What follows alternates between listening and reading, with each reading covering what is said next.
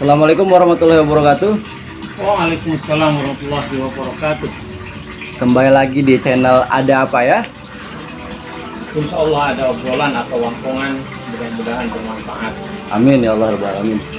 Kembali lagi dengan saya Lutfi dan rekan saya Ustaz Saifullah. Untuk sesi kali ini kita akan membicarakan masalah rumah tangga lagi. Tapi untuk khususnya itu masalah yang sangat-sangat krusial dalam rumah tangga, yaitu talak. Dan materinya akan membicarakan tentang talak dan iddah gitu.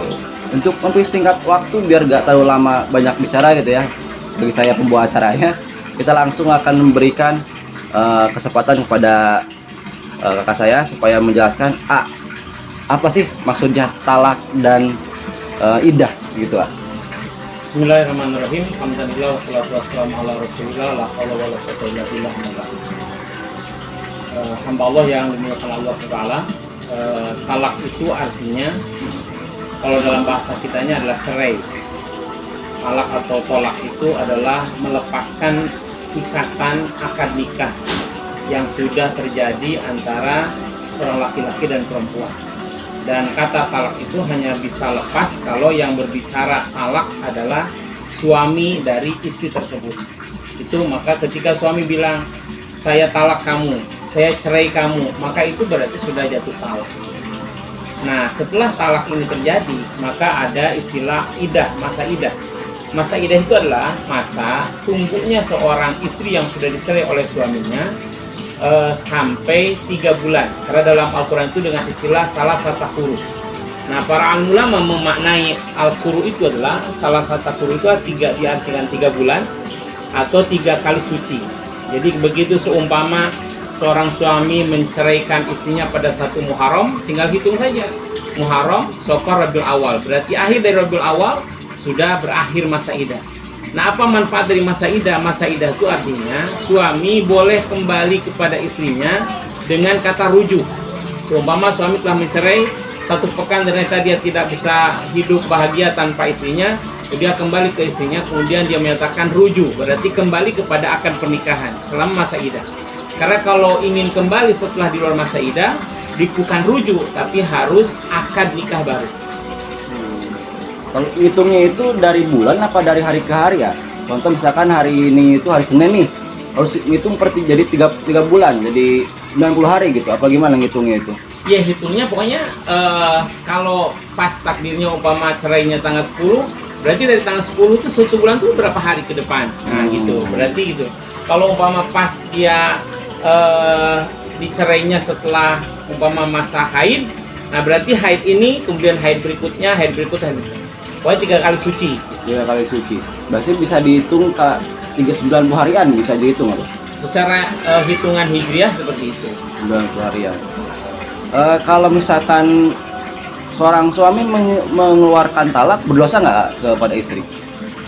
Kan dalam hadis Rasul disebutkan bahwa abghadul halal indallah at-thalaq. Sesuatu yang halal tapi dimurkai Allah itu adalah tolak atau cerai.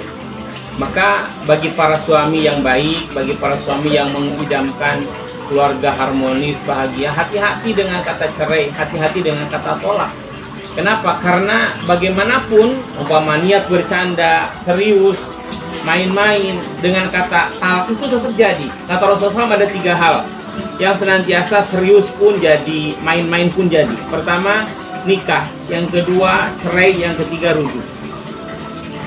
Berarti kalau misalkan si perempuan si cowoknya itu dalam artian bercanda sama istrinya itu langsung sah itu. Sah.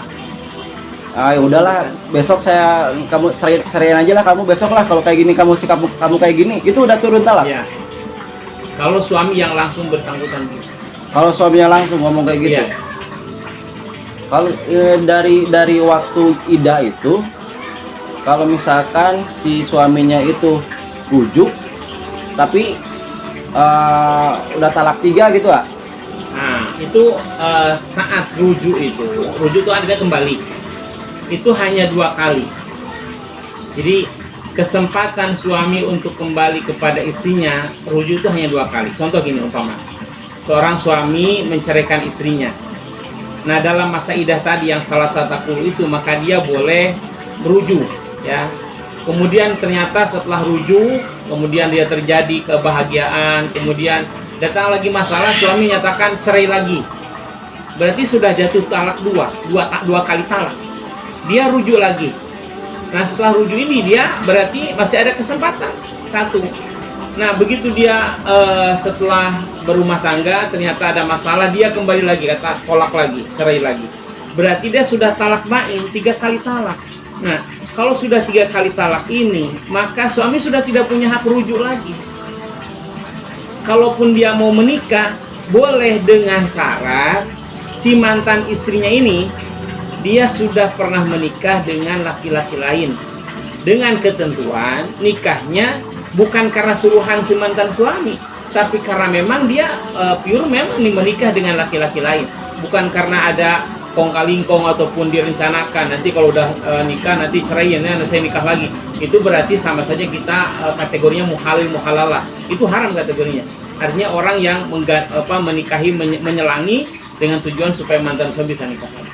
Jadi akan sah si mantan suami menikah lagi kalau sudah talak bain, talak 3 itu kalau si mantan istrinya pernah menikah dengan laki-laki lain, qadarullah cerai, maka si mantan suami punya hak untuk menikah lagi dengan akad baru. Batas talak itu kan berarti 3 ya. Berarti sama sekali nggak boleh ada perencanaan untuk rujuk yang ketiga itu, ah? Ya kalau sudah talak 3 berarti sudah tidak ada tidak bisa rujuk. Udah nggak bisa, seperti tadi diakal-akalin itu udah nggak boleh itu. Nggak bisa, itu namanya muhalil muhalalah, itu tidak bisa, itu haram katanya. Istri kalau misalkan minta talak sama suami boleh nggak? Istri minta talak kepada suami jika karena ada alasan syariat. Contoh, suami umpama tidak bisa menafkahi lahir batin ya, karena penyakit sehingga keinginan kebutuhan biologis istri tidak terpenuhi, boleh istri minta talak. Umpama kemudian suami ringan tangan, main pukul sehingga membahayakan keselamatan istri, boleh minta talak. Kemudian seumpama suami pergi tanpa kabar sudah 6 bulan bahkan lebih, maka boleh istri untuk menggugat cerai dengan istilah dalam syariat itu adalah khulu, artinya istri membayar tebusan talak.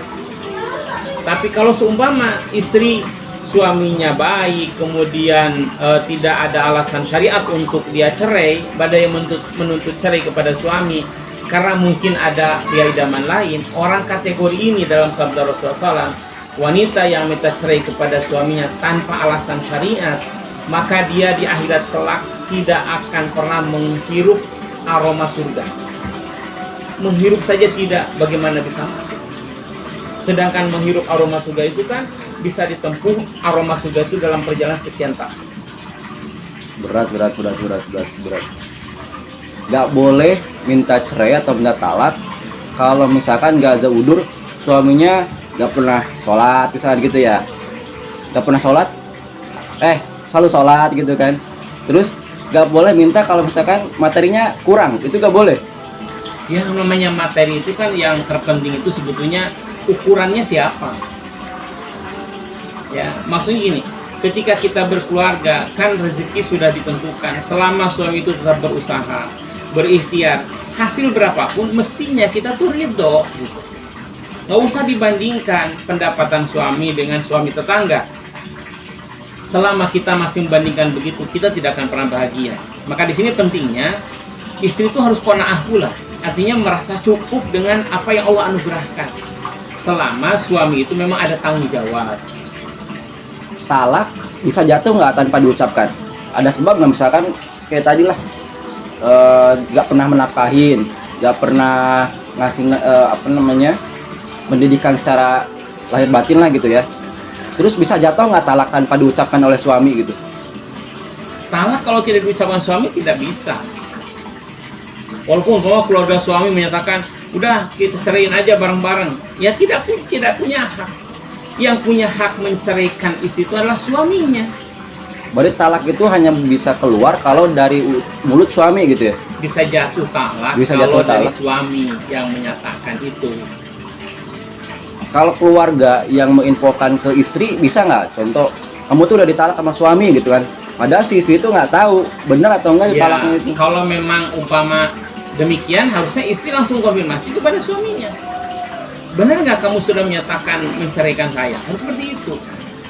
Tidak boleh langsung percaya, bisa jadi kan namanya manusia, kadang ada suka, ada tidak suka kan. Maka harus konfirmasi. Benar nggak? Kalau memang benar, ya berarti harus ikuti ketentuan Allah. Jangan bersama lagi. Talak kalau dilakukan atau dikeluarkan oleh suami via SMS atau WA bisa nggak? Sah nggak itu talaknya? Kalau yang mengeluarkan itu suami, kan berarti bahasa suami lewat tulisan. Pastinya itu kita kan sih tadi saya bilang ini nggak yakin dari suami saya nih gitu kan. Iya, berarti konfirmasi kan? Iya. Konfirmasi. Harus konfirmasi. Tapi dari artian SMS itu udah membuktikan talak itu jatuh sah. Jatuh talak. Kalau memang suami yang mengetikkan, menuliskan, kemudian me-WA-kan ke istrinya bahwa dia telah diceraikan. Bukan hanya sekedar di mulut tapi Iya, dari bisa ikrar. bahasa tulisan, bisa bahasa lisan. Talaknya masih kalau di hati masih di hati belum keluar gitu belum. Kalau talak masih di hati kan Rasulullah memberikan aturan fahkum bidawahir, hukumi yang dohir. Kalau masih di angan-angan itu Allah sudah tahu, tapi belum jatuh talak karena masih di hati kan. Masih umpama udah azam, udah niat talak, itu belum jatuh talak. Jatuh talak itu kalau memang sudah terungkapkan. Berat. Nah, soalnya kalau misalkan suami itu nggak tahu juga nih batasan itu cerai atau enggak tuh kayak gimana sih ya? Ya makanya kata cerai itu ada dua kategorinya, ada yang sorry, ada kinayah. Kalau sorry itu jelas seperti bahasa saya cerai engkau, umpama saya talak engkau, nah itu berarti sudah saya talak engkau, itu sudah jatuh talak. Ada juga secara kinayah, contoh gini, udah saya udah bosan, kamu pulang aja ke rumah orang tua kamu. Kalau si suami niatnya menceraikan, jatuh talak. Kalau si suami tidak niat menceraikan, belum jatuh talak. Itu yang kinayah, artinya tidak secara langsung. Atau saya sudah bosan, udahlah kita pisah-pisahan aja. Nah, itu kan tidak niat, tidak secara jelas untuk cerai, tapi pisah-pisah gitu kan. Nah kalau suami niatnya mencerai, betul jatuh talak. Saya pulangin kamu ke keluarga kamu, tapi niatnya cuma dipulangin doang, berarti belum jatuh talak. Belum. Kalau niatnya kan di sini kejujuran, tasikunnya itu kejujuran suami. Berarti kalau ada kata-kata itu keluar dari suami, si istri itu harus nanya nih, ini kamu niatnya nalak apa gimana gitu ya? Harus begitu. Maka di sinilah pentingnya ilmu. Ya, maksudnya suami harus punya ilmu tentang cerai, tentang talak, istri pun demikian. Kan kita berkeluarga itu tidak asal hanya suka sama suka langsung nikah tanpa ilmu. Justru yang penting itu adalah ilmunya, ilmu bab tentang pernikahan. Maka saat ini kan sudah ada dari KUA itu bagaimana pelatihan pranikah, itu maksudnya pelatihan itu adalah keilmuan persiapan untuk menuju nikah itu bagaimana. Talak bisa nggak atas dasar sumpah? Contoh, saya beneran nggak ngambil barang itu, sumpah saya talak pada istri saya. Kalau saya bohong talak 3 jatuh. Misalnya gitu jatuh nggak secara tidak langsung? Ya kalau dikaitkan dengan sesuatu, kalau umpama kayak tadi istilahnya kan dikaitkan dengan yang lain ya. Kalau itu jadi kenyataan jatuh talak. Tapi kalau benar itu sumpahnya itu atas dasar dia tuh nggak pernah melakukan hal yang dituduhkan, berarti talaknya nggak jatuh berarti. Ya. Dan semestinya seberat apapun masalah, jangan membawa-bawa kata-kata hal tersebut. Itu tidak arif, tidak bijaksana. Masa menjadi taruhan keluarga gitu ya. Iya. Kan dalam Al-Quran itu kalau memang orang beriman bukan dengan hal begitu. Kalau bersumpah cukup dengan kalimat billahi wallahi ta'alahi, demi Allah, cukup. Tapi kalau bercanda jatuh talak. Walaupun bercanda, menceraikan itu tetap jatuh talak, tetap jatuh gitu. Hukumnya demikian. Udahlah kalau kayak gini saya talak kamu aja lah karena kamu tuh nggak cantik gitu, misalkan karena kamu itu nggak bisa masak gitu kan. Itu walaupun secara nada bercanda gitu, itu jatuh tetap talak. Karena kata Rasulullah begitu kan, 3 hal yang serius tetap sah, bercanda pun tetap sah. Mentalak istri ketika istri itu beres haid, boleh nggak? Takutnya kan nanti ketika beres haid jatuh talak, terus si istri kita itu mengandung gitu, itu boleh nggak kalau kayak gitu? Ya makanya kenapa harus menunggu 3 bulan supaya diketahui apakah hamil atau tidak. Kalau ternyata selama oh ini ternyata hamil, berarti idahnya bukan 3 bulan tapi sampai melahirkan. Tapi tetap talaknya tetap jatuh. Tetap jatuh kan. Fungsinya itu fungsinya menunggu idah diperpanjang kalau misalkan si perempuan itu ternyata benar hamil. Itu fungsinya seperti apa? Fungsi lain dari idah itu? Kan selama masa idah suami wajib membiayai istrinya. Oh, intinya seperti itu, untuk menafkahi, membiayai. Untuk membiayai selama masa idah. Makanya kalau umpama istri dicerai, maka idah itu ada beberapa kategori. Satu, idah dalam kondisi istri suci, misalnya tidak dalam kondisi hamil, maka 3 bulan tadi atau 3 kali suci. Yang kedua, kalau istri dicerai dalam kondisi sedang hamil, maka masa idahnya sampai dia melahirkan. Yang ketiga, kalau istri ditinggal wafat suami, idahnya 4 bulan 10 hari. 4 bulan 10 hari. Kalau ditinggal suami. Kalau suaminya, maka idahnya selama 4 bulan 10 hari. Setelah 4 bulan 10 hari, berarti istri boleh menikah dengan siapapun. Kalau misalkan ini si suaminya ngomong kayak gini, kalau nanti saya meninggal, saya ceraikan kamu. Itu cerainya itu jatuh cerai biasa atau cara cerai pernikah itu? Ya itu kan kalau itu kan berarti hanya apa istilahnya mengaitkan sesuatu dengan yang lain. Kalau dia sebetulnya dengan dia meninggal sudah otomatis jatuh talak.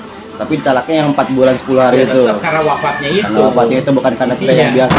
Karena wafatnya itu. Cara mengantisipasi ya, karena kan sebagai suami itu kita nggak tahu tuh, was-was lah. Ini udah pernah jatuh talak tuh berapa kali sih gitu. Itu gimana sih kita untuk mengatasinya? Ini udah yang berapa ya talaknya gitu. Kita kan nggak tahu nih, misalkan ucapan-ucapan apa aja yang udah dikeluarin ke istri gitu.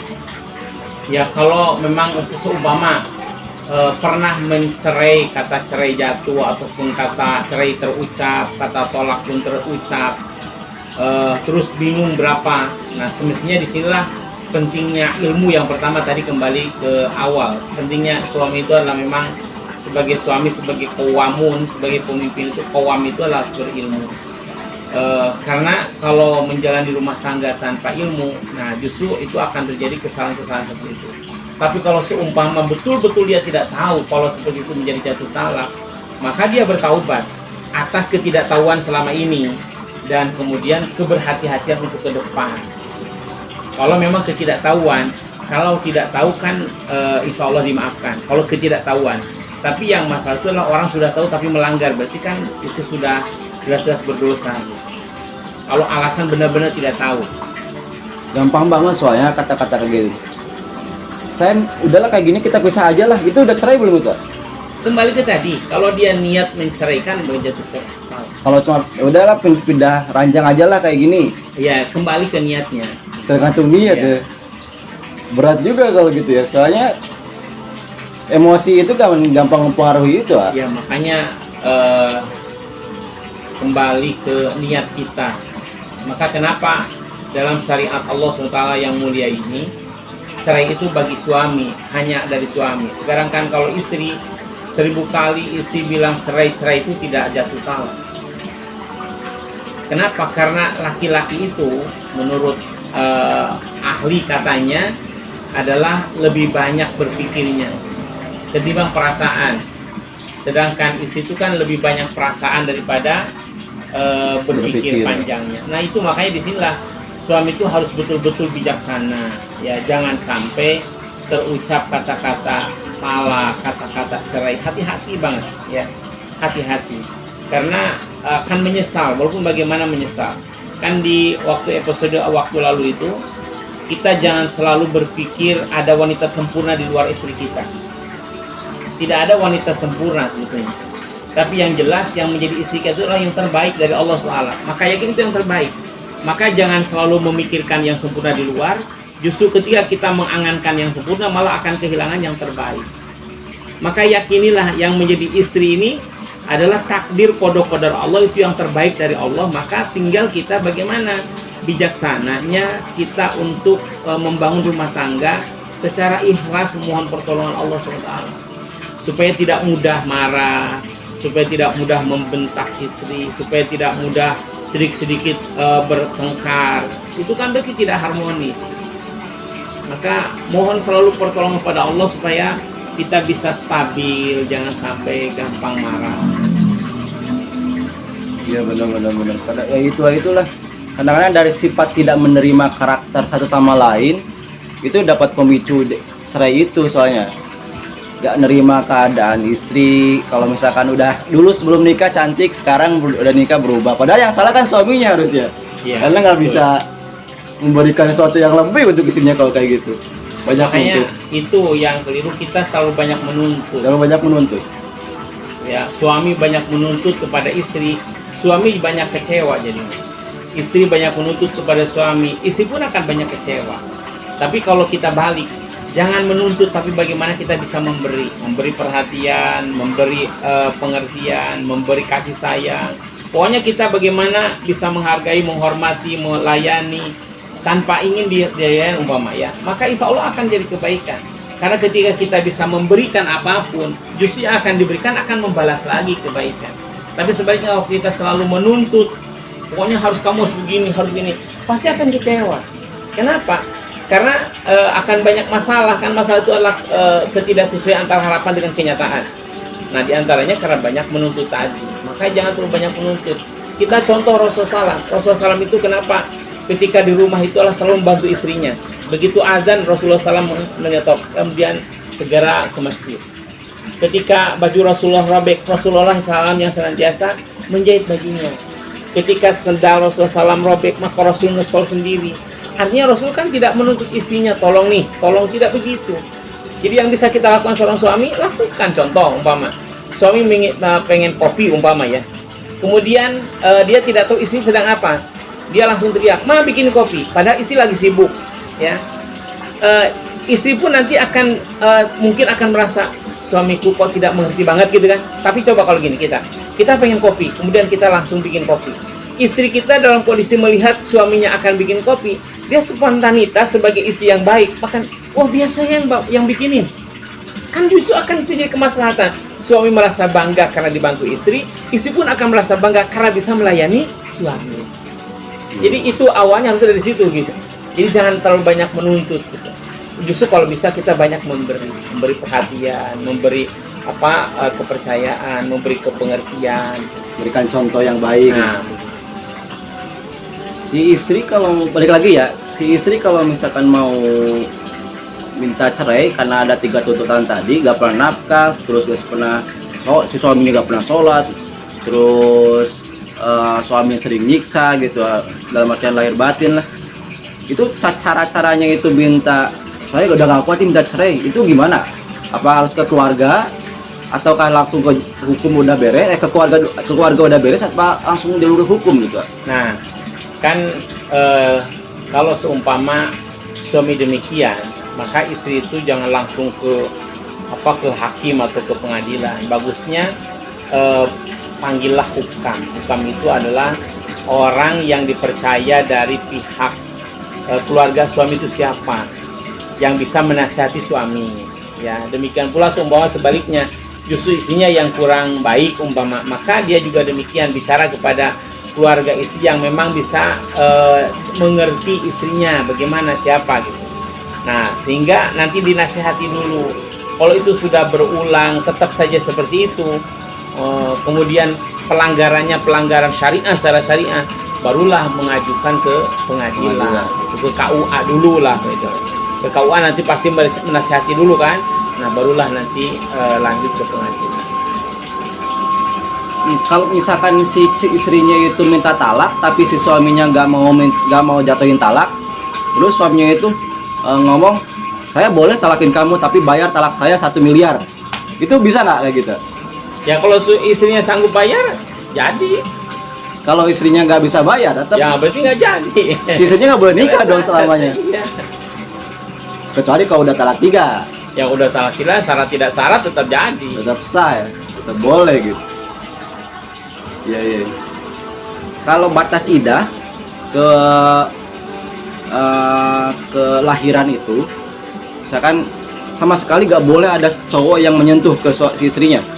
Jadi si perempuan itu ternyata udah idah nih, terus ternyata hamil, terus nggak boleh sama sekali dia tuh nikah sama yang lain lah.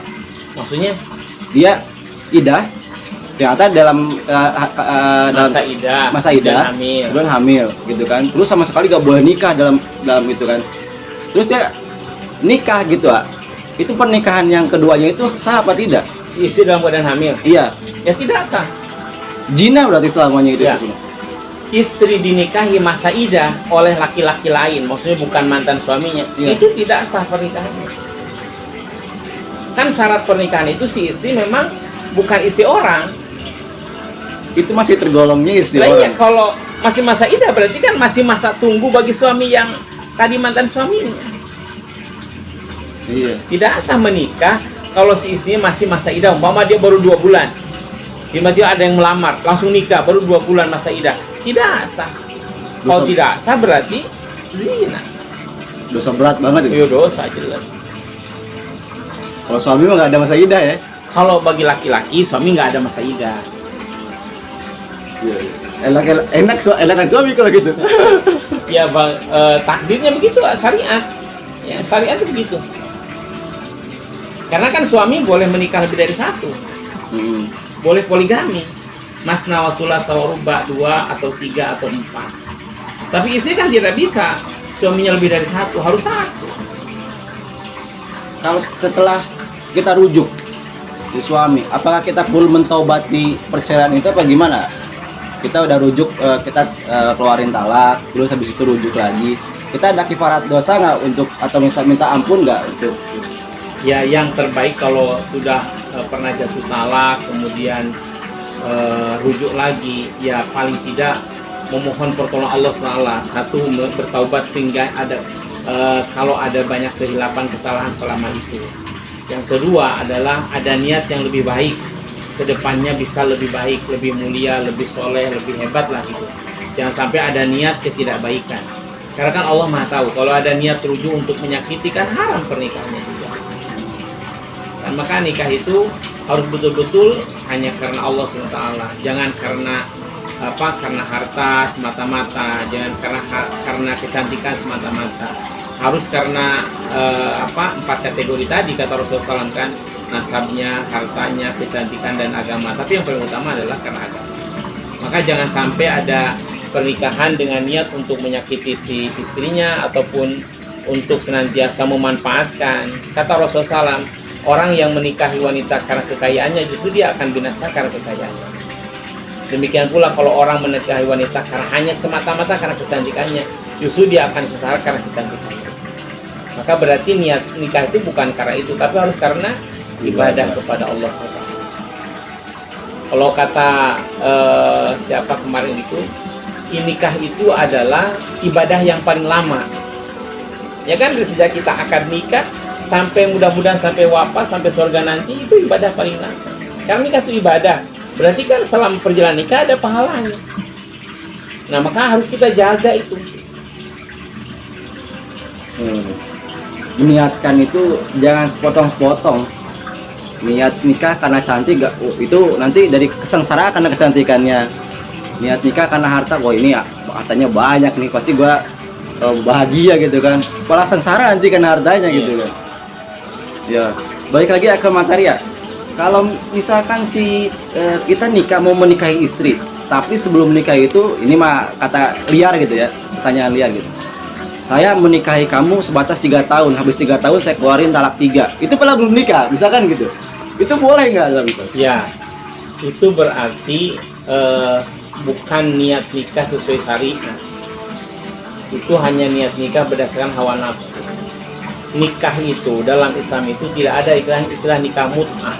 Itu kategorinya mut'ah kalau gitu. Kalau dikasih waktu itu mut'ah. Sedangkan Islam mengharamkan nikah mut'ah. Oh, seperti itu nikah mut'ah. Nikah mut'ah itu adalah nikah yang ditentukan waktunya. Saya nikah kamu sebulan, saya nikah kamu sepekan, saya nikah kamu 3 tahun saja, setelah itu kita pisah. Itu nikah mut'ah haram itu. Dalam Islam haram nikah mut'ah itu, tidak boleh gitu. Kalau menjalani berarti kategori haram, berarti berdosa. Kalau misalkan ada hal lain lah, saya jatuh talak ke kamu kalau kamu ngelakuin ini, misalkan menyakiti ibu saya gitu kan, membuat air mata ibu saya talak saya akan turun kalau kamu suatu saat nanti pas kita nikah kamu menyakiti hati ibu saya dan ibu saya itu sampai meneteskan air mata gitu. Itu Ya itu kan kayak sama dengan sigot taklik talak itu. Jika suami meninggalkan istri selama 6 bulan, nah kan kayak gitu sama. Umpama suami pun begitu memberikan umpama warning kepada istrinya, warning ya kepada istrinya. Kata suaminya, pokoknya saya minta sama kamu jangan pernah menyakiti ibuku, jangan pernah menyakiti bapakku. Kalau kamu menyakiti maka berarti itu hanya warning saja. Kalau hanya peringatan sih boleh, tapi sebaiknya ya, kalau dia benar-benar suami mempantaskan dirinya sebagai suami yang soleh, nggak mungkin ada kata-kata itu, ya kan? Kalau suami soleh, dia menunjukkan bagaimana berbakti kepada ibu bapaknya, dia berbakti kepada mertuanya secara sempurna baik, ya nggak perlu ada warning seperti ini, nggak perlu ada warning-warning begitu, karena dianya tunjukkan kebaikan. Ya. Kalau mungkin ada niat ketidakbaikan, mungkin begitu dengan tujuan dia bebas melakukan sesuatu, tapi istrinya nggak boleh. Iya. Anda adil kalau gitu. iya. Itu tanda suami yang kurang jujur atau tidak jujur kalau begitu. Kalau dari sisi lain karena suaminya pengen untung sendiri gitu. Lah iya, berarti dia ingin bebas melakukan apa saja, tapi membatasi istrinya. Kalau kejadian, nah misalkan kejadian nih dia tuh benar-benar sampai nyakitin ibunya sampai nangis, kan dia ikrarnya itu kalau sampai ibu saya menangis, talak 3 saya langsung turun. Itu ya, walaupun dia bilang talak 3 tetap jatuh talak 1. oh tetap jatuh talak 1. Contoh ke suami, saya cerai kamu talak 3 sekaligus, tetap hitungannya 1. Oh bukan dari kata-kata itunya, tapi dari fasenya itu ya. Fasenya itu. Jadi kalau misalkan saya talak kamu, itu hitungan 1. Ya. Saya talak lagi kamu, itu kan 2 gitu. Ya. Talak 3 gitu. Tapi kalau misalkan saya talak 3 kamu, itu Jatuhnya tetap 1. boleh rujuk. Masih boleh rujuk. Oh, bukan dari kata-kata saya talak 3 gitu. Karena kan ada fase. Ada fase ijab. Iya. Oke lah, mungkin ini udah lumayan nih, udah 30 menitan. Oke. Untuk penutupan mungkin gimana? Oke, kepada saudaraku yang baik, yang mulia, para suami, maka jadilah suami yang soleh. Kita berdoa kepada Allah, mudah-mudahan para suami-suami kita semua, khusus saya, menjadi suami yang soleh. Ya. Suami yang soleh itu Al-Quran menegaskan dalam surah Al-Imran ayat 113-114. Pertama, kategori wa ulaika minas sholihin itu, orang yang soleh itu umatun qaimah, orang yang jujur. Jadi suami itu wajib jujur sama istri. Jangan ada dusta di antara suami dan istri. Yang kedua, suami yang soleh itu cirinya adalah yatlu ayatillah ya anak alaihi, orang yang mampu membaca Al-Quran di malam hari. Ini kalau kita memproklamirkan suami soleh, coba ikuti itu. Kita sering ya membaca Al-Quran di malam hari. Yang ketiga, wahum yasjudun, sholat di malam hari, berarti sholat tahajud. Yang keempat, yu'minuna billahi wal yawmil akhir, yang melandasi hidupnya dengan iman kepada dan hari akhir. Yang kelima, ya'muruna bil ma'ruf, suami yang soleh itu selalu menyuruh, menggiatkan kepada kebaikan. Yang keenam, wa yanhauna 'anil munkar, orang yang senantiasa mencegah dari kemungkaran. Kemudian yang ketujuh, wa yusarrina fil khairat, suami yang soleh itulah yang segera dalam kebaikan. Contoh, di rumah kita lihat rumah belum beres, suami turun tangan bereskan. Ya, itu artinya yusarrina fil khairat. Pokoknya ada kebaikan, jangan mengandalkan siapapun. Kalau kita mampu, lakukan. Jadi oleh karena itu, maka kita berdoa semuanya kepada para suami, hati-hati dalam berbicara kepada istri, dalam kata tolak atau kata cerai atau kata talak, istilahnya apapun. Kalau niatnya adalah seperti ini, maka itu jatuh talak. Dan ketika sudah mencerai, ketika umpama ternyata menyesali, maka segera rujuk. Dan rujuk itu harus ada 2 orang saksi. Ketika sudah rujuk, jadikanlah pelajaran, jangan sampai terungkap lagi kata-kata cerai atau kata tolak kepada istri. Seandainya terlanjur sudah kedua kali, hati-hati. hanya punya kesempatan 1 kali rujuk lagi. Setelah itu kalau terjadi cerai lagi, sudah talak bain, berarti dia sudah tidak bisa rujuk dan tidak bisa menikah lagi dengan mantan istrinya, kecuali si mantan istrinya pernah menikah lagi dengan laki-laki lain, maka terjadi perceraian dengan laki-laki tersebut, maka si mantan suami baru masih bisa menikah lagi dengan mantan istrinya tadi. Tapi yang terbaik adalah sekali akad nikah sampai surga bersama, itu yang terbaik ya. Karena Al-Quran menegaskan suami istri itu bukan hanya bersama di dunia, tapi insya Allah bersama sampai surga. Dalam Al-Quran surah Ar-Ra'd ayat 23, 24 Allah tegaskan, A'udzubillahi minasyaitonirrajim, jannatu adyadhulunaha wa man sholaha min abaihim wa azwajihim wa dzurriyyatihim. Masuk ke dalam surga dan beserta orang yang soleh. Siapa yang soleh itu? Min abaihim, orang tua mereka, wa azwajihim, pasangan hidup mereka, wa dzurriyyatihim, dan anak keturunan mereka. Jadi keluarga yang beriman, yang mewujudkan keimanan dalam kesolehannya, dalam surah At-Tur surah 52 ayat 21 Allah tegaskan, alhaqna bihim dzurriyyatahum, kami kumpulkan kembali orang tua dan anak keturunan. Nah, yang harus menjadi cita-cita kita para keluarga ini adalah bagaimana membentuk keluarga di dunia ini bisa kembali bersama menjadi keluarga yang utuh, yang bahagia dalam surganya Allah Subhanahu wa Ta'ala.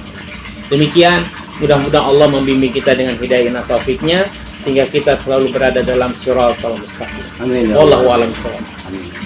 Hatur nuhun, Nak. Terima kasih banyak nih ilmunya. Sama. Untuk teman-temanku yang sudah nonton channel ini, jangan lupa berlangganan. Terima kasih atas waktunya dan sampai jumpa lagi di minggu yang akan datang, insya Allah dengan materi yang berbeda. Ada apa ya channel? Ada Ngawangkong. Semoga bermanfaat. Subhanakallahumma bihamdika asyhadu an la ilaha illa anta astaghfiruka wa atubu ilaik. Assalamualaikum warahmatullahi wabarakatuh. Assalamualaikum warahmatullahi wabarakatuh.